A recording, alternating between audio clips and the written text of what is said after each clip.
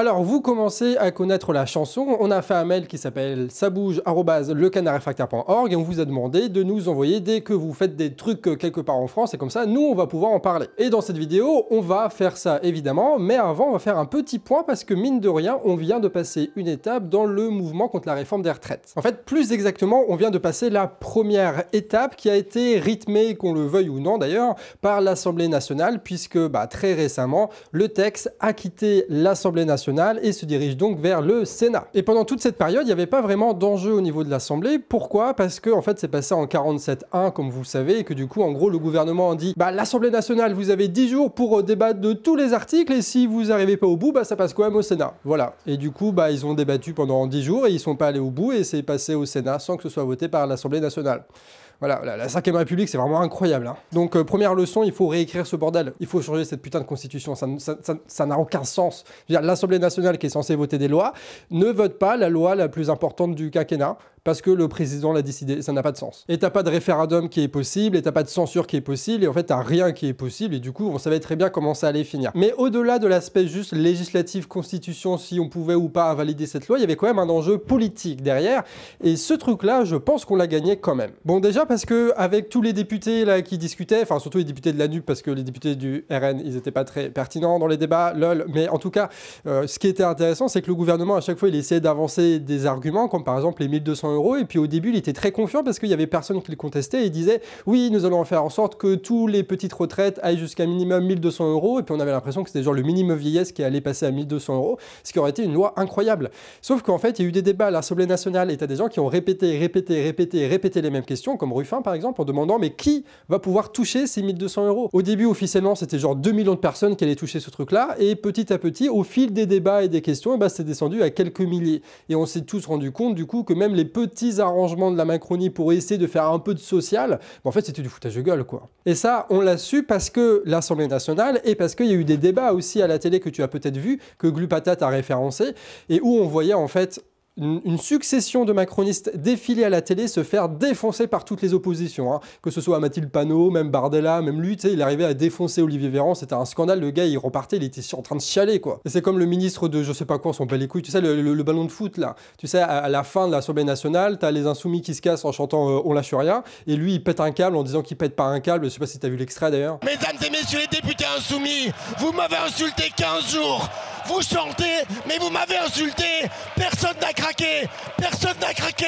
Et nous sommes là devant vous pour la réforme. Et du coup, là, qu'est-ce que ça veut dire ? Ça veut dire qu'en gros, ils avaient tellement plus rien à dire qu'ils sont obligés de gueuler comme des gorées comme ça, et qu'en fait, ils sont allés au bout de leur retranchement, et du coup, ils se sont exposés à tout le monde le fait qu'ils étaient ridicules. Donc, on était tous d'accord sur le fait au début que la réforme, c'était de la merde, et maintenant, on est tous d'accord sur le fait que les macronistes sont ridicules. Donc, il y a quand même une petite avancée. Mais surtout, ce que j'aimerais vous souligner, et que tout le monde voit, et que j'aimerais quand même faire remarquer, c'est qu'en vérité, le gars au ballon de foot, là, tu sais, lui, on s'en bat les couilles. Tout le monde sait que c'est un fusible, ce type-là, il a aucune conscience politique. C'est une merde, il fait voter une loi de merde avec des arguments de merde, il ne sait rien dire, c'est juste un pion, c'est juste un fusible qui a été posé là. Comme a été posé pour ceux qui s'en souviennent, les plus vieux d'entre vous, en 2016, là, avec le travail avec El Khomri, tu vois. El Khomri, c'était la plus débile de toutes, c'était vraiment le fusible à la con, mais elle a été posée là pour prendre toutes les balles, quoi. On peut le renouveler combien de fois, le CDD? 3 fois. Combien? Jusqu'à 3 ans. Non mais combien? Myriam El Khomri? Un CDD. 3 fois? Vous êtes certaine de ça? Un CDD, combien? Un CDD peut être requalifié en CDD. Alors là, parce que je comprends plus. Un CDD peut être requalifié en CDI quand justement le cadre du recours au CDD n'a pas été requis. Mais dites-moi, il peut être renouvelé combien de fois le CDD? Il peut être renouvelé plusieurs fois. Combien de fois? Maximum?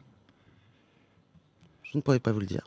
Parce que vous ne le savez pas. Et puis pareil au niveau des premiers ministres, on a eu Édouard Philippe qui est passé, qui a fait sale boulot et qui est reparti, c'est Jean Castex qui l'a remplacé, il a fait sale boulot, il est reparti, il a été recasé à la RATP, et là c'est Borne qui est Premier ministre, qui fait sale boulot et qui va être remplacé le jour où elle sera plus bonne à rien. Et le fait qu'ils soient aussi ridicules, ça montre que c'est des pions, ça montre que c'est des fusibles, et ça montre du coup que c'est pas eux qui prennent les décisions.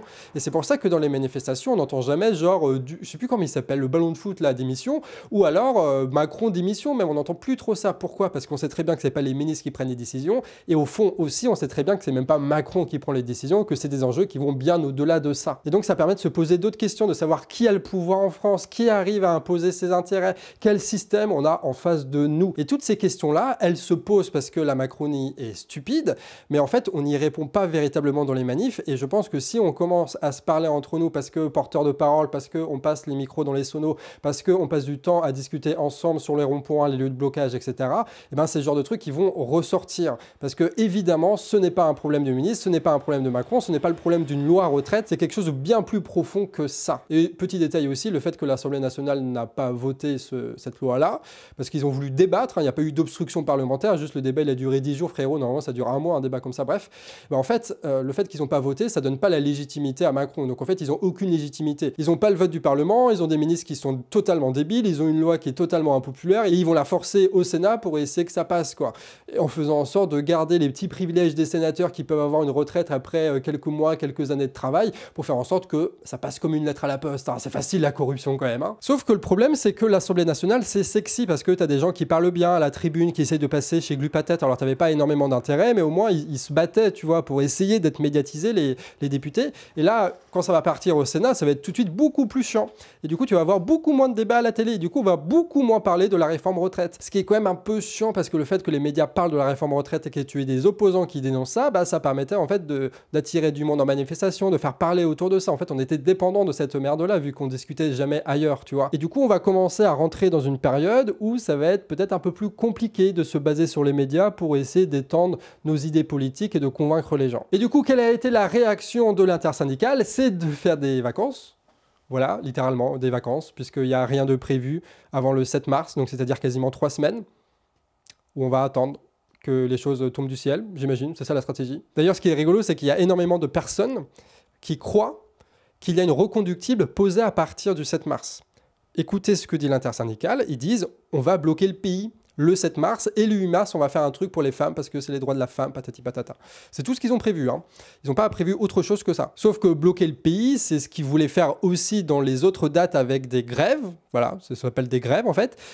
Le problème, c'est que petit à petit, journée de mobilisation après journée de mobilisation, le taux de grève, il s'effondrait. Et il s'effondrait bien plus vite que ce qui était observé par exemple en 2019. Quoi. Je veux dire, la dernière manif, il n'y avait quasiment pas de grévistes. Et même celle de début février, bah, tu avais quand même un problème. Par exemple, les cheminots, tu n'avais que 25% de grévistes. Si tu bloques pas un pays quand tu as 25% de cheminots qui font grève, quoi. Normalement, c'est eux qui portent le truc. Donc, on est dans une situation où les médias ne vont plus trop traiter le sujet parce que ça les emmerde, ils n'ont plus rien à dire. En plus de ça, tu n'as plus le Parlement pour fournir de l'actualité, des petits dramas, des trucs à la con comme ça. En plus de ça, tu as les vacances et la prochaine date, c'est dans très longtemps, le temps d'oublier tout ce bordel. Donc, clairement, ça va être compliqué. Mais, malgré le fait que c'est très contestable de ne pas faire plus de grève ou de plus mobiliser ou d'avoir un autre discours que ce qu'ont l'intersyndicale, ce qui est sûr, c'est que le 7 mars, il va y avoir du monde quand même. C'est sûr qu'il va y avoir du monde. Blocage du pays, ça m'étonnerait, mais du monde en manifestation, c'est sûr. Tu as certains secteurs qui sont beaucoup plus fiables que l'intersyndicale, comme CGT Énergie, comme CGT SNCF, comme CGT au niveau des raffineries et tout ça, qui eux, c'est sûr, vont bouger très très fort. Et ça, c'est un point d'appui qui est incroyable. Et surtout, vu que les syndicats ont posé la date en disant « on va bloquer le pays », et ben en fait, tu risques d'avoir des gens... genre un peu à la gilet jaune, tu vois, qui vont littéralement faire ça, ils vont littéralement bloquer le pays. En fait, tu as plein d'appels sur Internet de gens qui disent « bah ok, le 7, on bloque ». Mais c'est pas « on bloque, on manifeste tranquillement entre 11h et 12 sur la place publique », c'est « on bloque, on se lève le matin très tôt et on bloque les foutus ronds-points, on bloque les routes, on bloque les autoroutes, on bloque tout ». Et c'est là où cette date du 7 mars va être très intéressante parce que ça va être un point de bascule. Ça va être un point de bascule entre la première étape, assez parlementaire, assez syndicaliste, donc assez institutionnalisé, avec des manifs qui sont massives, mais un taux de grève qui est très bas et des blocages qui n'existent pas, à un mouvement en fait qui va déborder avec plein de gens un peu partout qui vont bloquer tout ce putain de pays et qui vont s'organiser entre eux loin des syndicats. Et c'est cette transition qu'il va falloir faire. Et c'est là-dessus qu'il faut poser tout le travail. Du coup, nous, ce qu'on dit, c'est évidemment le 7 mars, on bloque tout, mais on n'attend pas que ce soit les syndicats qui le fassent. C'est nous qui le faisons de notre manière, avec notre revendication, notre stratégie, et surtout, c'est nous qui déciderons de tout. D'accord? On se rejoint pour bloquer le 7 mars, et une fois qu'on est ensemble, on décide ensemble. Et on va arrêter de juste bouger quand c'est 3 pélos de l'intersyndicale qui nous dit de bouger, quoi. Ce qui est intéressant, c'est que tout ça, ça va pas venir tout seul. Évidemment, ça va pas tomber du ciel. Il va falloir travailler, il va falloir convaincre les gens de venir avec nous, de venir bloquer avec nous, de rester bloqués, et d'organiser plein d'actions actions avant et après pour que convaincre un maximum de gens qu'il ne s'agit pas que de la réforme retraite, mais qu'il s'agit aussi de l'inflation, qu'il s'agit aussi de l'augmentation des prix de l'énergie, qu'il s'agit aussi de la guerre, etc. Et c'est là où tous les collectifs de gilets jaunes qui sont en train de se reformer un peu partout sur les ronds-points, là on vous met des photos, en fait ils vont être très importants parce que ça va être eux qui vont pouvoir proposer des actions au moment du 7 mars. Alors évidemment ce ne sera pas forcément qu'avec des gilets jaunes parce qu'en vrai on s'en fout des gilets jaunes, d'accord, le gilet en lui-même on s'en fout, mais il va falloir bien quand même que des gens s'occupent d'organiser les blocages et s'occupent d'organiser toutes les actions en amont qui va permettre de faire connaître ce blocage-là. Et ça, c'est les Gilets jaunes et tous les autres collectifs. Par exemple, je pense à des AG qui se font en permanence avec des étudiants, avec des machins, des trucs, qui arrivent eux aussi à faire des actions au-delà des cadres syndicaux. Et donc jusqu'au 7 mars, il va falloir passer d'un mode de présentiel sur les ronds-points, comme beaucoup le sont encore aujourd'hui, à un mode d'action plus conquérant, où on fait des actions, où on fait connaître des actions et où on permet à tout le monde de rejoindre ces actions-là et de participer avec nous à l'organisation de ces actions. Comme ils ont fait les Gilets jaunes de Strasbourg, dont on a fait une vidéo très importante que je vous recommande, que je vous mets en description, où on explique comment eux, à partir d'une dizaine de petits militants fatigués, ils ont réussi à constituer une vraie force politique qui va être très puissante pour le 7 mars. Donc l'objectif, c'est que le 7 mars soit une réussite totale, pas que syndicale, mais une réussite totale sur laquelle on va pouvoir se retrouver tous ensemble. Et il faut que ce soit une réussite, comme le 17 novembre 2018 a été une réussite, parce qu'il y avait une date qui était posée et des lieux partout en France qui étaient posés. Il faut que tout le monde en France sache où aller s'ils veulent rejoindre des actions de blocage pour lutter contre l'inflation, pour lutter contre l'augmentation des prix de l'essence, pour lutter contre la guerre, pour lutter contre ce gouvernement, et pas juste se restreindre à la réforme retraite. Mais il faut que les gens sachent où aller. Donc pour ça, il faut des événements publics. Et pour organiser ces événements publics-là, pour les faire connaître, il faut un groupe qui est capable d'organiser toutes les actions et toute la communication nécessaire pour ça. Et ça, c'est votre rôle, les gars, parce que vous regardez le Canard réfractaire et que, voilà, à un moment, il faut assumer, quoi, il faut assumer. Et pour arriver à cette situation, il y a la question que j'aime bien qui s'appelle « Que faire ?» Et que faire? Il y a déjà l'exemple des Gilets jaunes de Strasbourg, le lien en description, mais il y a eu aussi pas mal de tentatives qui ont été faites par beaucoup de gens, pas que des Gilets jaunes, notamment au niveau des péages, par exemple. Voilà, là, on va passer dans le mode les actions qui sont faites concrètement en France. Les péages, donc pour ceux qui ne savent pas, c'est un truc que les non-bretons ont en France, c'est-à-dire qu'à un moment donné, ils sont sur une route et ils doivent payer je ne sais pas qui, ni pourquoi, pour traverser cette route-là. Et ce qui est scandaleux, évidemment, enfin tout le monde le sait, c'est que ça a été bradé pour rien du tout par Sarkozy, et que ça représente des milliards et des milliards et des milliards de pertes par an à l'État. Tout ça pour que ça vienne à Vinci ou des autres connards comme ça. Bref, c'est un scandale absolu, les autoroutes.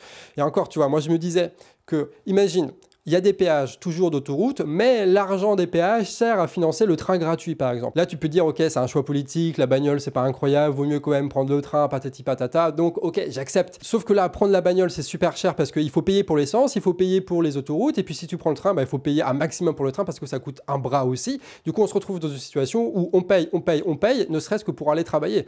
C'est quand même incroyable la France, hein. Les premiers avec qui on a été en contact, qui ont fait ce genre d'action, c'est à Lyon. Et c'est pas des gilets jaunes, c'est un groupe d'AG, donc plein de gens différents qui se rejoignent et qui font des actions. Donc c'est le même esprit que les gilets jaunes, sauf qu'ils n'ont pas de gilets jaunes. C'est pas grave, on s'en fout, tant que les actions sont là, c'est cool. Et du coup, eux, ce qui est intéressant, je vous mets les images et je vous lis leur texte, c'est qu'ils nous ont dit comment s'organiser. Donc il faut un groupe qui tient les barrières levées jusqu'à ce que la sécurité lâche. Un groupe qui met du scotch sur les caméras et les baisse. Un autre groupe qui dirige les voitures. Un autre groupe qui gère la caisse de grève auprès des automobilistes. Si tu veux évidemment faire en sorte que les automobilistes participent aux caisses de grève, et on va faire une vidéo bientôt là-dessus d'ailleurs. Donc ça demande quand même une certaine organisation parce qu'il faut une trentaine de personnes qui soient à l'heure, avec du matériel, avec des rôles qui sont distribués, et c'est une bonne chose parce que ça permet de former un groupe, en fait, ça permet de former une organisation. Mais il faut quand même des gens des terres. Par contre, c'est quand même une opération qui a un peu de la gueule. À Marseille, ils ont fait ça là, d'ailleurs c'est des gilets jaunes de Marseille, et pareil, là tu vois, c'est quand même une sacrée belle ambiance qu'il y a là-bas.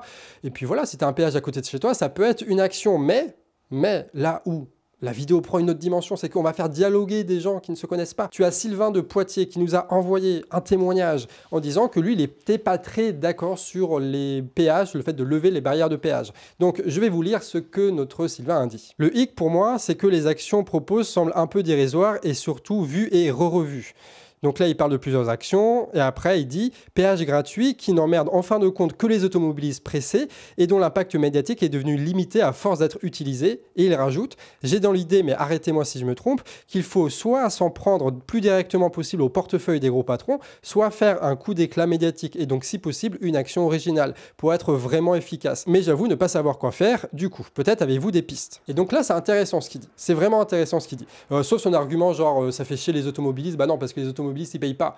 Du coup c'est cool, du coup ils sont contents de pas payer au niveau de l'autoroute. Donc voilà, donc ça fait plaisir aux gens, ça c'est sûr. Par contre ce qu'il dit qui est très intéressant, c'est que l'impact médiatique est limité. Pourquoi? Parce qu'on l'a trop fait. Et c'est vrai qu'on l'a trop fait. Moi j'ai entendu des histoires de gilets jaunes de Montbéliard, j'arrive à le dire, qui eux avaient fait plein de fois les trucs des autoroutes là, et puis au final les journaux ils parlaient plus de ça parce que c'était devenu tellement habituel que ça fait plus des articles de journaux. Mais on peut quand même lutter contre ça, et pour ça il faut comprendre que en gros un journaliste quand il voit une action, en fait il pense à l'article qu'il doit écrire, et il faut qu'il raconte une histoire, et s'il raconte toujours la même histoire, c'est pas rentable. Donc faites en sorte qu'il n'ait pas à raconter la même histoire, tout simplement. C'est peut-être une idée à la con, mais c'est pour vous montrer un peu les autres perspectives pour que vous puissiez réfléchir chez vous avec les copains autour de vous là. C'est que, imaginez, on fait une opération levée de péage, ok, mais on le fait en mode carnavalesque, avec des masques, avec des couleurs partout, avec des confettis, et puis on essaie de trouver une thématique un petit peu marrante, etc. Comme ça, le journaliste, lui, il pourra écrire genre, quelle ambiance au péage de la Gravelle, par exemple. Les gilets jaunes ont investi le péage, costumé de plein de façons différentes, etc., etc. Et comme ça, il a aussi une photo qu'il va pouvoir mettre, parce qu'il va y avoir un mec avec un casque de clown sur le truc de péage, et du coup, il va se dire, tiens, ça, c'est une photo qui est insolite, je vais le mettre dans mon journal.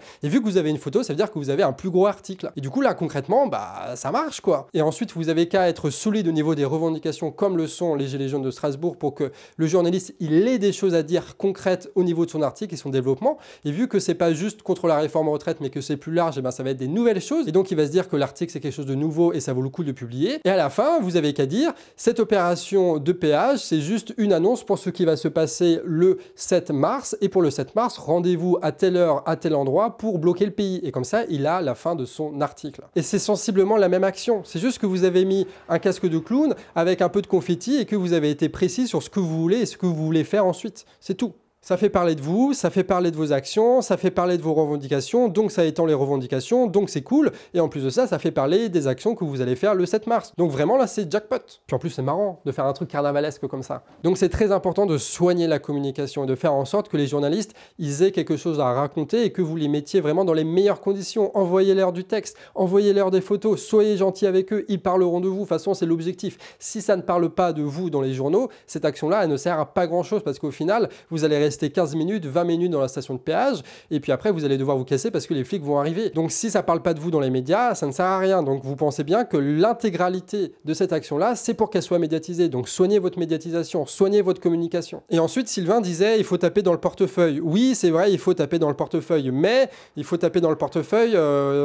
Imaginons qu'on gagne sur la réforme retraite, au final, qu'est-ce qu'on aura gagné? Pas grand-chose, parce que on va retourner chez nous à travailler, on aura toujours le même Macron, toujours les mêmes médias, etc. Ce qu'il faut, c'est profiter de la situation, de l'agitation permanente qu'il y a autour de la réforme retraite pour former des collectifs qui vont pouvoir rester après la réforme retraite pour pouvoir parler de tous les sujets qui vont mal en France. Et quand vous voyez ce qui va se passer en mars avec l'explosion des prix, encore une fois, de l'alimentation, vous pensez bien qu'il va se passer des choses, d'accord? Donc ça va pas être tranquille. Il va falloir être prêt au moment où ça va plus être tranquille. Et c'est pour ça qu'il faut former des groupes, c'est pour ça qu'il faut les organiser, c'est pour ça qu'il faut être de plus en plus nombreux. Les actions que vous allez faire, c'est pour faire en sorte de solidifier ces groupes-là, pour les renforcer, pour que tout le monde vous connaisse. Ça n'a pas pour but juste de gagner directement, il faut penser à moyen terme. Il n'y a pas de finalité propre aux actions, si ce n'est de se renforcer pour faire des actions plus fortes la prochaine fois, c'est tout. Et si vous vous souvenez de la vidéo Strasbourg, on disait que l'objectif c'était de faire parler les gens, d'étendre les revendications, de faire en sorte que chacun puisse participer au mouvement, que ce soit notre mouvement.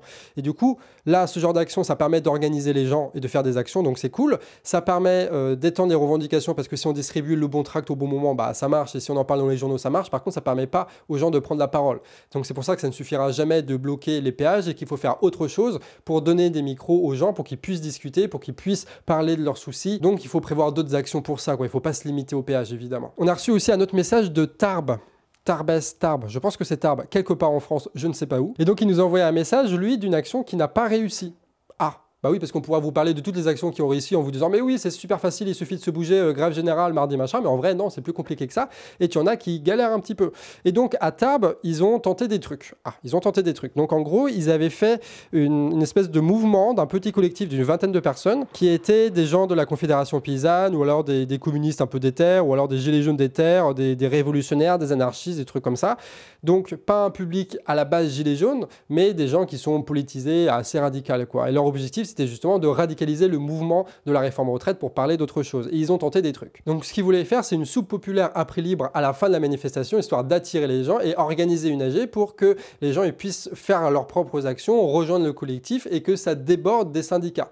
Donc théoriquement, c'est plutôt une belle idée parce que ça permet de donner la parole aux gens, ça permet d'étendre les revendications et ça permet d'inclure les gens dans l'organisation. Donc ça rassemble les 3 points qu'on veut. Et pour ça, ils ont déambulé partout dans la manifestation avec un mégaphone, en balançant les slogans les plus radicaux possibles et en distribuant plein de tracts aussi. Sauf que ça n'a pas marché. Ils ont essayé de prendre la sono de la CGT, ce à quoi la CGT locale a dit bah non. Voilà. Ce qui prouve bien que si vous n'avez pas de sono, en fait, vous pouvez rien faire dans les manifestations. Donc si vous êtes un collectif même d'une vingtaine de personnes, achetez ou louez une sono, sinon vous êtes impuissant. Parce que si tu demandes la permission aux syndicats d'utiliser leur sono pour dépasser les syndicats, évidemment, ils vont te dire non. Donc il faut avoir sa propre sono, sinon tu peux rien faire. Et bah, tu as très peu de gens qui sont venus. Et les actions qui ont débouché de ça, bah, elles sont quasiment inexistantes. C'est-à-dire qu'ils ont proposé l'AG et que ça n'a pas marché. Donc, qu'est-ce qu'on peut dire de tout ça? Évidemment, moi, je suis de loin et j'ai pas pu vraiment l'interroger plus en détail pour savoir comment ils avaient organisé les trucs et pourquoi ça avait foiré. Mais cette histoire, elle est quand même intéressante parce qu'on va pouvoir dire des choses là-dessus. Déjà, c'est super compliqué pour une personne qui te connaît pas, qui sait de toi juste le tract que tu lui as filé, de venir dans une AG pour prendre la responsabilité de proposer et de mener des actions, surtout des actions radicales. Je veux dire, moi, je ne fais pas n'importe quelle action avec n'importe qui. Il faut quand même qu'il y ait de la confiance qui se mette en place. Ne serait-ce que discuter avec la personne, savoir c'est quoi son esprit, dans quelle mentalité il est, c'est quoi sa personnalité, c'est quoi ses convictions. Moi, je ne m'engage pas dans des trucs comme ça avec n'importe qui. C'est pour ça que simplement faire des AG à partir de rien, ça peut marcher, ça peut convaincre quelques personnes, mais faut se méfier de cette idée-là, quoi. En fait, il y a une vraie question de confiance. Et quand on regarde ce Strasbourg, encore une fois, parce que c'est notre modèle à tous, les Gilets jaunes de Strasbourg, bah en fait, eux, ce qu'ils font, c'est dans les manifestations, ils donnent la parole aux gens, ils distribuent des tracts, ils essayent de discuter avec ces gens-là, mais ils leur disent pas, bah vas-y, viens à l'AG, on prend des décisions et on s'engage tous ensemble. Non, ils disent, bah prenez votre temps, réfléchissez, machin, machin, nous on veut élargir les revendications, organiser nous-mêmes les choses. Et si ça vous intéresse, on organise une réunion mardi, machin, telle salle, et puis vous pouvez venir si vous voulez, quoi. En faisant en sorte, évidemment, à chaque fois de prendre les contacts pour essayer de relancer les gens si ça les intéresse, tu vois. Mais il n'y a pas le côté, genre, on fait tout direct d'un coup, c'est on laisse réfléchir, on essaie de convaincre au moyen terme, etc. Et en fait, dans les réunions, ceux qui viennent, ce sont ceux qui sont déter, qui ont décidé de faire des choses avec ces gens-là. Et du coup, ça se passe beaucoup mieux. Donc, les gens qui viennent aux réunions, ce sont des gens qui restent, tu vois. Ce sont des gens qui restent. Donc, les Gilets jaunes de Strasbourg, leur solution, c'est de séparer. Dans les manifestations, ils se font connaître. Dans les réunions, ils prennent les décisions. Mais ils ne mélangent pas les deux en même temps. Et puis, durcir le mouvement, ça peut être un peu risqué parce que j'imagine que les petits copains de Tarbes, là, ils utilisaient beaucoup des trucs genre la lutte des classes, le capitalisme, être plus radical, en mode anarchiste, un peu vénère et tout. Ce qui peut être cool, esthétiquement, moi j'aime beaucoup cette idée-là. Sauf que le problème, c'est qu'il faut se poser la question à qui on veut parler. Est-ce qu'on veut parler que à des gens qui kiffent cette esthétique-là? Bah, si c'est le cas, en fait, on va parler à pas grand monde. Parce qu'il n'y a pas grand monde qui kiffe cette esthétique-là, surtout si c'est des primo-manifestants, comme il y en a beaucoup dans la réforme retraite. Ce sont des gens qui viennent non pas parce qu'ils sont anarchistes ou communistes, ce sont des gens qui viennent parce qu'ils sont contre la réforme retraite de 1, et de 2, qui subissent aussi la situation de l'inflation, situation de la guerre, situation écologie, l'augmentation des prix de l'énergie. Et je crois que c'est beaucoup plus sensé de parler de ça, parce que c'est des choses qu'on a en commun, que de parler d'un imaginaire que les gens n'ont pas, et que les gens n'auront pas, et qui n'est pas nécessaire d'avoir non plus pour faire des actions. On n'est pas obligé de se dire communiste ou anarchiste pour mener des actions stylées contre le gouvernement, quoi. C'est important de se comprendre, parce que si on ne se comprend pas, on va pas s'engager les uns avec les autres dans des actions qui sont radicales, dans des actions qui sont vénères, etc., etc. Donc c'est important de soigner le discours, c'est important de savoir qui est-ce qu'on veut mobiliser. C'est important de savoir que dans les manifestations, ceux qu'on veut toucher, c'est pas les militants anarchistes, c'est pas les militants communistes, c'est les primo-manifestants qui sont là, qui sont conscients des limites de l'intersyndicale et qui veulent aller plus loin. C'est tout. Et c'est pour ça que la démarche des Gilets jaunes de Strasbourg, je la trouve beaucoup plus forte et elle marche beaucoup mieux parce qu'ils ne se limitent pas à une esthétique anarchiste ou communiste ou je ne sais quoi et qui parlent véritablement des problèmes des gens et qui parlent le même langage des gens et qui proposent des choses que les gens veulent faire, tout simplement. Alors sinon, vite fait, il y a eu d'autres petites actions. À Strasbourg, il y a eu une opération RU, donc le resto universitaire gratuit. Donc en gros, ils ont vu avec les personnes à la caisse et ils ont dit, bah là, ils vous laissez passer les gens et ça se passe bien. Et ça s'est super bien passé, évidemment, parce que bah, tout le monde est un peu pour le fait que les étudiants puissent bouffer normalement, quoi. Tu as à Pau quelqu'un qui avait une pancarte du canard réfractaire. Voilà, c'est juste pour flexer un peu. Tu as des agents de la CGT qui ont coupé le courant des radars d'autoroute. Ça, je trouve ça incroyable. Vraiment, je veux dire, on pourra faire toutes les critiques syndicales du monde. Véritablement, la CGT Énergie, vous êtes les meilleurs. Vous êtes les meilleurs. C'est-à-dire qu'ils ont le pouvoir de désactiver tous les radars. Mais les gars, mais incroyable, imaginez si le mouvement prend de l'ampleur et que les gars de la CGT Énergie ils prennent confiance, tout ce qu'ils vont pouvoir faire pour nous soutenir, pour soutenir le mouvement et pour faire plier le gouvernement, ça va être incroyable quoi. Il y a un type qui nous a contacté qui a fait un tract pour les caisses de grève que je vous mets en description, qui est plutôt, il y a plein d'informations, mais en tout cas c'est sympa. Si vous voulez mobiliser pour donner des sous pour les caisses de grève, pour que notamment les raffineurs, etc. puissent faire grève au long terme, et ben vous pouvez imprimer son tract, c'est déjà fait quoi. Évidemment, si vous voulez le beau tract des Gilets jaunes de Strasbourg, donc ce sera peut-être une bonne idée que ce soit un tract un peu national, c'est-à-dire qu'il soit utilisé partout, parce qu'en vrai il est cool, bah, vous pouvez le trouver en description avec un petit tuto pour vous apprendre à comment le modifier, comment l'imprimer, etc. Comme ça vous n'avez même pas besoin à réfléchir à comment est-ce qu'on fait un tract, comment est-ce qu'on fait les revendications, etc. Il y a tout qui est déjà prémâché par les Gilets jaunes de Strasbourg. Mais si vous voulez faire des tracts et des affiches qui sont personnalisées, bah, vous pouvez nous envoyer un mail et on vous met en contact avec des infographistes qui se sont proposés à aider les collectifs, les gens qui comme vous veulent faire des actions mais ne sont pas doués pour faire des infographies. Et du coup, bah, ils se mettent à notre service, quoi. Et ça, c'est incroyable aussi, incroyable. Voilà la solidarité, voilà le collectif. Si vous êtes un gilet jaune de Strasbourg ou un gilet jaune de Lille, Dunkerque et de Saint-Omer, on vous met en description des liens de gens avec qui on a parlé et qu'on trouve fiables si vous voulez les rejoindre. Si vous êtes dans d'autres endroits, vous pouvez toujours nous envoyer un mail si vous voulez rejoindre des collectifs, sauf que nous, on les connaît moins, mais on peut déjà vous référencer. Et le jour où on sera quelqu'un de confiance, etc., vers qui vous guidez, bah, on le fera. Mais quoi qu'il arrive, si vous menez des actions, si vous voulez mener des actions, si vous voulez imprimer les tracts des gilets jaunes de Strasbourg, si vous voulez de l'aide ou juste nous montrer ce que vous faites, envoyez-nous un mail à sabouge@lecanardrefractaire.org et dans une semaine, on refera le point de toutes les actions qui ont été menées. Ce qui est sûr, en tout cas, c'est qu'il faut préparer dès maintenant la réussite du 7 mars pour faire en sorte que ce soit un moment de débordement, que ce ne soit pas que les syndicats qui agissent, mais que ce soit les autres. Parce que là, on a critiqué les syndicats pendant longtemps, c'est mignon, mais maintenant, il va falloir agir, il va falloir assumer le fait qu'on veut changer ce pays. Et là, on a précisément l'occasion de le faire. Et si vous voulez savoir comment monter en puissance, créer des collectifs et machin, regardez la vidéo qu'on a fait avec les Gilets jaunes de Strasbourg, ça explique tout ce qu'il faut faire. Sur ce, amis réfractaires, bah, des bisous à vous, j'espère que ça vous a plu, et on se retrouve pour de prochaines vidéos très rapidement. Allez, salut!